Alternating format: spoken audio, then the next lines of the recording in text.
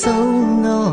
ဖေဖေချစ်သူကြောင့်သားဘွားပြေဆုံးခဲ့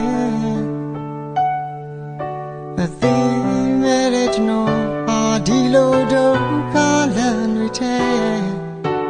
ဆိုပန်းနေလဲပဲဖေကတော့ချစ်လက်ပဲအဖေ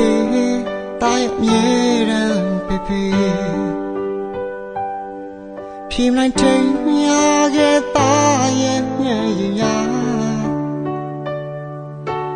အလုံးတိရခဲ့မထာဝရအိမ်ဆက်သွားခဲ့နိုင်မရတော့ရရှုံးနေသားလေးနာလေခဲ့ပြီလောကရဲ့ကံချမတွေရဲ့လိုက်ဘုံကြမှာအမောမရှိကရင်ဆိုင်သူအငြိမ်းချမ်းဆုံးကဘာမှာဖေဖေအိမ်ဆက်သွားခဲ့လေတာရဲ့ရမဖေဖေမြဲတမ်းရှိနေတယ်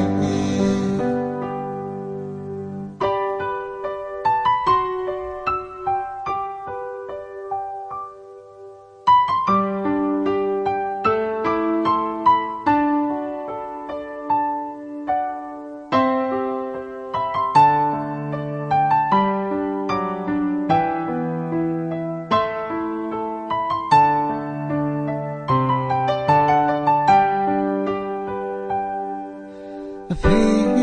ကြီးမဆုံးတော့ဖေဖေချစ်သူကြောင့်သားဘွားပြေဆုံးခဲ့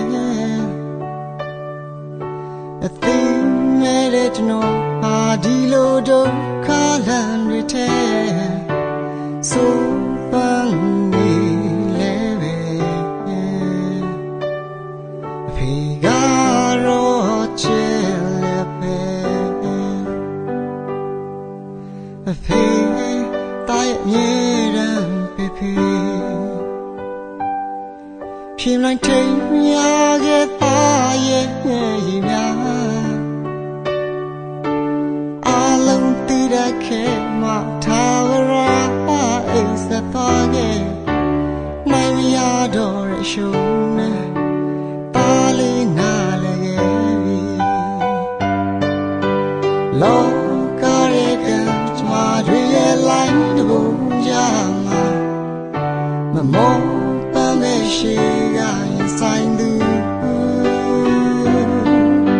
အငြိမ်းချမ်းဆုံးပါမဖေဖေအိမ်